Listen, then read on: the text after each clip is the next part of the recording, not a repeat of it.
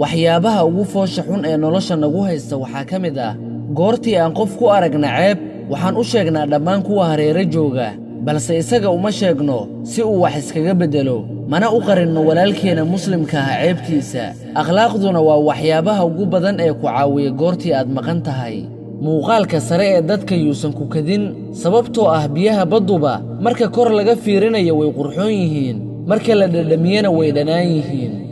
waxaa jira dad haddii aan ula dhaqmi lahayn sidooda oo kale mar hore ka bixi lahaa nolosheenna laakiin waxaana isku keen haya ayaa ah akhlaaqdeenna oo kala duwan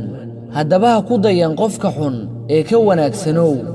dadka waxaa ka mid a ruux ku arka midka ugu fiican dad kalena waxaa ka mid a ruux ku arka inaadan waxba ahayn ilaahay subxaanahu wa tacaala kuuma abuurin inaad ahaato aragtida kan ama kaas ee ilaahay wuxuu kuu abuuray inaad ahaato addoon saalix ah ee yaysan ku saamaynin hadallada dadka ducafada ah ha ka fikirin mustaqbalka waxaad qaban lahayd sababtoo ah nebiyaduba arri bay raaceen kadibna ummad bay hoggaamiyeen ha ku noqon caasi waalidka sababtoo ah adigaba mar baad noqon doontaa waalid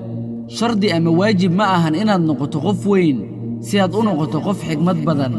meeqaa qof oo yar ayay xigmaddu biyaha camal uga socotaa meeqaa qof oo weynna aanan wax xigmad ah keeni karin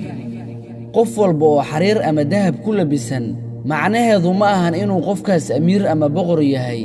qof walbana oo sariir la'aan seexdo macnaheedu ma ahan inuu qofkaas faqiir yahay ha noqon sida dahabka qurxoon ama iftiinka shidan dadka hortooda ee noqon sida jawharta ahaatay moolasha dhulka dhexdiisa aananna helaynin ilaa kan u dhibtooda darteeda haddii aad doonto guur ha raadin gabar aad guursata uun laakiin raadi nin rag ah sababtoo ah ninka ragga ah guriguu joogaa gabar laga helaa ha isdhihin qofka aamusan waa jaahil